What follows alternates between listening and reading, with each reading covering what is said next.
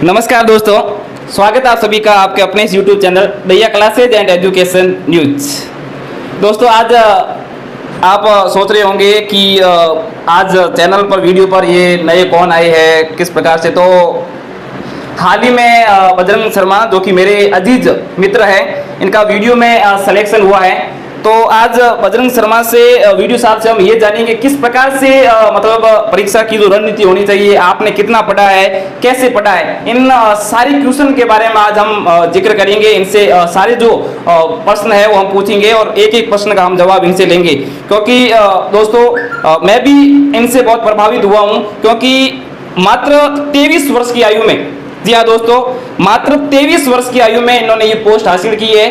और मतलब एक आप सोच सकते हो कि कम उम्र में यदि कोई व्यक्ति एक इतनी अच्छी पोस्ट पर लगना है तो वो बहुत ही गर्व की बात है। और मेरे लिए तो गर्व की बात इसलिए दोस्तों क्योंकि मेरे अजीज ये मित्र है और हर समय हम साथ में रहते थे। क्योंकि सारा जो डिस्कशन है हम पढ़ाई से रिलेटेड है वो सारा साथ में करेंगे। तो वीडियो साहब अपना स्वयं का परिचय स्वयं देंगे और आपको ये भी बताएंगे किस तरीके से पढ़ना चाहिए और किस प्रकार से हर समय हमें मोटिवेट रहना चाहिए, और इस सारे क्वेश्चन के बारे में जानेंगे। वीडियो साहब। हेलो, नमस्कार दोस्तों। मेरा नाम बजरंग शर्मा है और हाल ही में आयोजित ग्राम विकास अधिकारी भर्ती परीक्षा में मेरा सिलेक्शन हुआ है। और मैं आपको यही बताना चाहता हूं कि मेरा सिलेक्शन हुआ है, उसमें मैंने क्या क्या चीज़ें जो इम्पोर्टेंट थी, जो मैंने रणनीति बनाई और जिस हिसाब से मैंने तैयारी की थी उस हिसाब से मैं आपको बताऊंगा कि आपको तैयारी कैसे करनी चाहिए। सबसे पहले तो आपको बता दूं कि रणनीति पढ़ने की क्या होनी चाहिए। रणनीति सबसे पहले अपने को ये होनी चाहिए, सबसे पहले अपने को पता होना चाहिए कि अपना सिलेबस क्या है। सिलेबस अपने को 100% याद होना चाहिए, क्योंकि जब तक अपने को सिलेबस याद नहीं रहेगा तब तक अपने को ये भी पता नहीं होगा कि अपने को क्या पढ़ना है। सीधी सी बात है, पहले अपने को सिलेबस याद होना चाहिए। दूसरा, अपने सिलेबस में जो भी एक एक टॉपिक है, जैसे कि राजस्थान इतिहास हो गया, राजस्थान भूगोल वगैरह हो गया, जो भी जितने भी टॉपिक है, एक एक टॉपिक को अच्छी तरह से तैयार करना। और एक तो सबसे अच्छी बात है कि अपने हैंड रिटन नोट्स हैं वो आपको 100% बनाना है। ठीक है, हैंड रिटन नोट्स तो आपको 100% बनाना है, क्योंकि जो भी चीज़ अपन हाथ से लिखते हैं वो चीज़ अपने को अधिक समय के लिए याद रहती है, सीधी सी बात है। और यही अपनी रणनीति होनी चाहिए।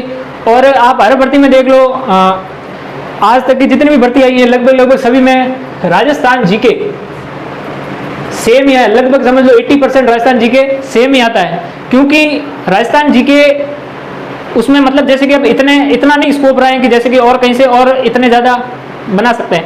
अभी उसमें इतने क्वेश्चन भी नहीं, मतलब इतने क्वेश्चन आगे और नहीं बचे नहीं है कि जैसे कि और बना। ठीक है कि 80% तक सेम आता है, और कुछ होता है जो पर्सन ना वो कुछ और बनाते हैं, नहीं। बाकी इसके हिसाब से तो सेम ही लगभग क्वेश्चन आते हैं। किसके? राजस्थान जीके के लगभग क्वेश्चन सेम ही आते हैं। दूसरी बात होगी कि अपने को कितना पढ़ना चाहिए, तो इसका मेरे हिसाब से तो कोई इतना खास उत्तर नहीं होगा, क्योंकि अपने को कितना पढ़ना चाहिए, अपनी जितनी क्षमता है क्षमता के अनुसार पढ़ना चाहिए। क्षमता मतलब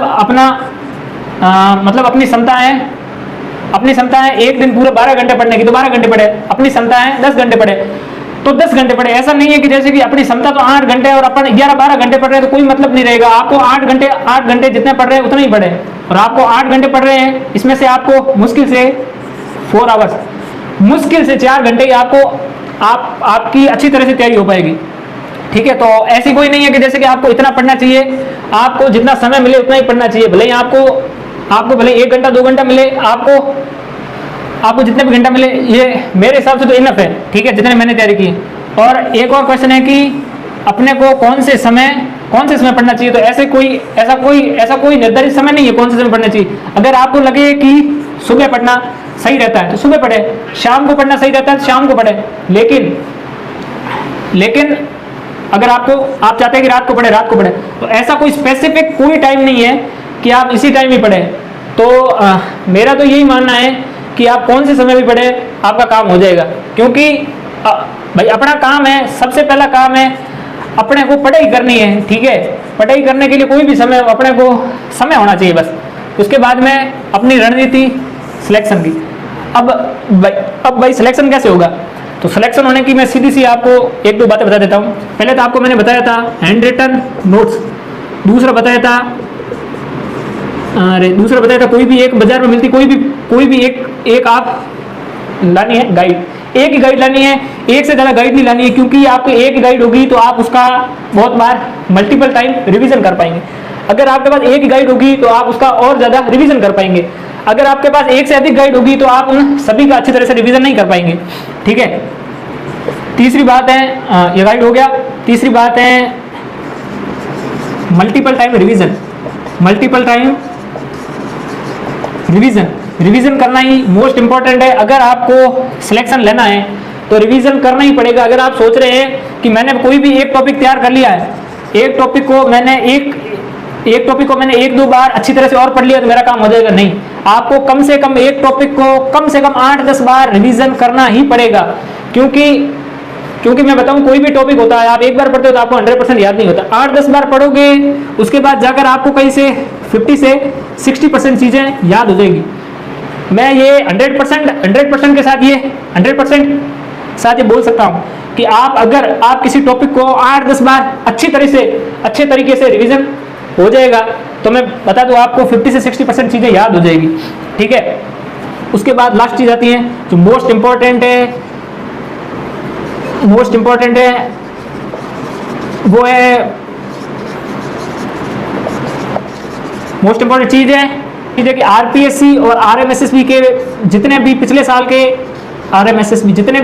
के प्रीवियस ईयर के जितने भी आए हुए पेपर, उनका एक बार अच्छी तरीके से रिवीजन करना। और आपको इनमें जो भी ऐसे कोई भी उसमें ऐसे मिले टॉपिक, जो टॉपिक आपके खुद के नोट्स में नहीं है, तो वो टॉपिक आपको उसमें उतार लेना है। क्योंकि आपको मैं बताऊं कि जैसे कि आपको मैं बताता हूं कि अपन ऑनलाइन स्टडी करते हैं। ऑनलाइन स्टडी में अपने को मान लो कोई भी एक टॉपिक है हिस्ट्री का, इतिहास, राजस्थान का आधुनिक इतिहास में अपन 1857 की 1800 की पढ़ते क्रांति। आपको कभी भी इसका 100% ऑनलाइन नहीं मिलेगा, 100% नोट्स आपको ऑनलाइन कभी नहीं मिलेंगे। उसमें से मान लो उसमें से बहुत ऐसी चीजें होगी जो रह जाएगी, क्योंकि 1800 की क्रांति बहुत बड़ा टॉपिक है। आपको अगर ये ही स्पेसिफिक टॉपिक पढ़े जाएंगे जिसमें 8-10 दिन लग जाएंगे कम से कम, बहुत बड़े टॉपिक होते हैं। इसके लिए आपको क्या करना है, तो मैंने रणनीति बताई। आरपीएससी के जो भी आरपीएससी और आरएमएसएसबी के जितने भी प्रीवियस ईयर जितने भी आए हुए हैं वो सारे सॉल्व करने पेपर, जितने भी प्रीवियस ईयर पेपर्स आए हुए हैं वो सॉल्व करने, उससे ज्यादा फायदा मिलेगा। ठीक है, यही रणनीति है। अगर आप ये रणनीति अपना लेते हैं 100% आपका सिलेक्शन होगा। आज नहीं तो कल हो जाएगा, पर होगा 100%, ये गारंटी है। उसके बाद स्मार्ट स्टडी, तो स्मार्ट स्टडी में यही है कि अपने स्मार्ट, मैंने ये बताया था ना, आरपीएससी और आरएमएसएसबी के जितने भी प्रीवियस ईयर के जितने भी हो रखे हैं पेपर सॉल्व कर लो। स्मार्ट स्टडी यही है। इसके अलावा भाई और तो स्मार्ट स्टडी जो मेहनत नहीं अपनाई। इसके बाद अपने को कौन सी बुक पढ़नी चाहिए, बुक के मामले में बता दूं कि बाजार में बहुत प्रकार की मिलती हैं गाइड। आप कोई भी एक गाइड उठा लें, उसका मल्टीपल टाइम रिवीजन करें, एक गाइड बहुत होगी। ठीक है, तो नोट्स तो अपने हैंड रिटन जो भी नोट्स हैं, नोट्स देखो, नोट्स जो अपन खुद बनाते हैं वही काम आएंगे। ऐसा नहीं है कि जैसे कि कोई दूसरी कोचिंग के नोट्स हो गए वो उठा लिए वो पढ़ लेंगे, नहीं। अगर आपको ऐसा लगता है कि आपको ऐसा लगता है कि हम किसी दूसरी कोचिंग के नोट्स उठाएंगे वो पढ़ लेंगे, ठीक है, वो भी आप आराम से पढ़ सकते हैं। लेकिन जो आपके खुद के नोट्स हैं उसमें आप जो आप नोट्स लाने जा रहे हो उसमें ये देखना कि अपने नोट्स में कोई ऐसी चीज है, अपने नोट्स में कोई ऐसी चीज नहीं है जो उस नोट्स में है, तो उस नोट से वो चीज अपने वाले नोट्स में उतार लेनी, सीधी सी बात है। क्योंकि अपने को जितना हो सके सोर्स अपने को बहुत कम रखना, क्योंकि जितना कम सोर्स रहेगा उतना ज़्यादा आप मल्टीपल टाइम रिवीजन कर पाएंगे। तो सोर्स हो सके उतना सोर्स कम रखना है। दूसरा हैंड रिटन नोट्स हो गया। और बाकी मैं यही बताना चाहता हूँ कि आप हो सके तो मल्टीपल टाइम रिवीजन करिए। और एक और, अपने आरपीएससी और आरएमएसएसबी की जितनी भी एग्ज़ाम आए, हर एग्ज़ाम को आपको फॉर्म भरवाना है। और एक और बता दूं, आपको किसी भी एक एग्ज़ाम की स्पेसिफिक एक एग्ज़ाम की ही तैयारी करनी है और उसी के बेस पे अन्य जितनी भी भर्तियाँ हैं उनके एग्ज़ाम देने हैं। और लगभग आपको हर भर्ती में फॉर्म जरूर भरवाना है, क्योंकि एग्ज़ाम में सबसे ज़्यादा मैटर क्या करता है, एक्सपीरियंस। एक्सपीरियंस बहुत ज़्यादा मैटर करता है, और आप जितने ज़्यादा एग्ज़ाम दोगे उतने ज़्यादा आपका एक्सपीरियंस बढ़ेगा। और बस इतना ही।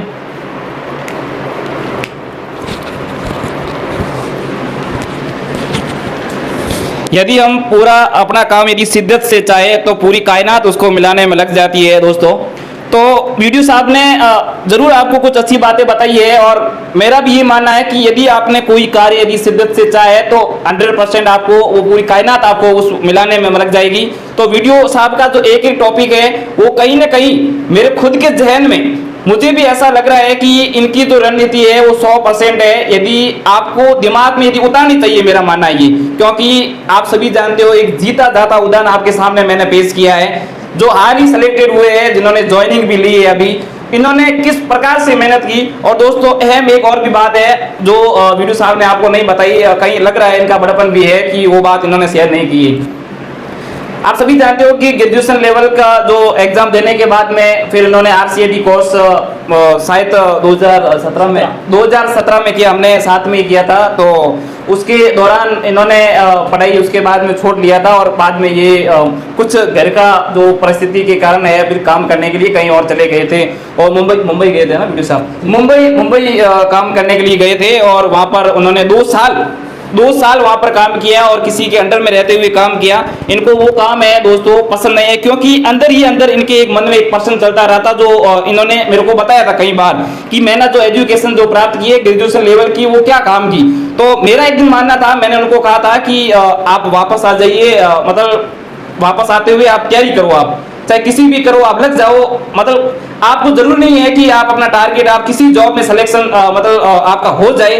तो ये 2 साल बाद में वहाँ की इन्होंने जर्नी शुरू की। कोरोना काल था उस समय, और कोरोना काल में आए तो दोस्तों आप मानो यकीन मानो या ना मानो, मेरी नजरों के सामने इन्होंने ऐसा स्ट्रगल किया दोस्तों, इन्होंने एक ऐसी जर्नी स्टार्ट की, और जिस जर्नी को देखते हुए मतलब मैं इनसे बहुत प्रभावित हुआ। कमरे से बाहर दोस्तों कुछ ही समय ये निकला करते थे, शाम के समय में जब क्रिकेट खेलते थे उस समय नॉर्मली अपना टाइम स्पेंड करते थे, और थोड़ी देर के समय के लिए आते थे, और बाद में नॉर्मली ये थोड़ा बहुत आप सभी जानते हो एक दूसरे से थोड़ी बहुत बातचीत होती थी। उसके बाद में देर रात तक ये पढ़ते थे, सुबह जल्दी उठकर पढ़ते थे। लेकिन इन्होंने यही चाहता कि मुझे जॉब लगना है, मुझे सरकारी नौकरी लगनी है, और उन्होंने हर परिस्थिति को अपना एक मोटिवेशन बना लिया था। जी हाँ दोस्तों, लोग रोना रोते हैं कि मेरे घर की परिस्थिति ये है, मेरी ये परिस्थिति है, इस परिस्थिति में मैं कैसे बाहर आऊं। इन्होंने हर समय उसी परिस्थिति को याद रखते हुए डबल मोटिवेशन से इन्होंने तैयारी की, और आज देख लो आप ये इस पोस्ट पर सिलेक्टेड है। और मैं भी यही चाहता हूं कि दोस्तों कि आप भी इस प्रकार से मेहनत करें और इस प्रकार से सिलेक्शन हासिल करें जिस प्रकार से वीडियो साहब ने स्ट्रगल किया है दोस्तों। उस प्रकार से कई प्रश्नों के बारे में वीडियो साहब ने आपको बताया है कि मेहनत किस प्रकार से की। और एक प्रश्न मेरे मन में भी यही है कि लोग वीडियो साहब ये मानते हैं कि सिलेक्शन होना आसान है या नहीं है। कहीं ना कहीं लोगों के मन में ये बात रहती है कि मेरा सिलेक्शन नहीं हुआ, मैं इतने नंबरों से पीछे रह गया। तो वीडियो साहब मतलब आप उनके लिए एक मोटिवेशन एक लाइन बताइए। मतलब वो कहीं ना कहीं दिमाग में ये मानते हैं कि अब हमारा सिलेक्शन नहीं, अब हम जिंदगी हार गए हैं, तो उनको वापस ऊपर उठाने के लिए आप मतलब थोड़ा मोटिवेशनल। साथियों मैं आपको बता दूं, जब मैंने अपनी प्रिपरेशन शुरू की थी उस समय मुझे इस फील्ड का, जो एजुकेशन की फील्ड है, जो अपने एग्ज़ाम्स का फील्ड है, उस फील्ड के बारे में कोई नॉलेज नहीं था। मैं मूलचंद जी का बहुत बहुत धन्यवाद करना चाहता हूं, क्योंकि इन्होंने ही मुझे मोटिवेट किया कि आप आगे किसी एग्ज़ाम की तैयारी करें। क्योंकि उस समय मेरे पास ऐसी कोई भी चीज़ नहीं थी जो मैं कुछ भी करूं, क्योंकि मेरे पास कोई भी काम नहीं था, और मैं ऐसे ही फ्री बैठा था। मूलचंद जी ने मुझे ऐसा सुझाव दिया कि आप आगे एग्ज़ाम्स की तैयारी करें, तो उसके बाद मैंने तैयारी स्टार्ट की। तो मैं इनका बहुत बहुत दिल से धन्यवाद करता हूं।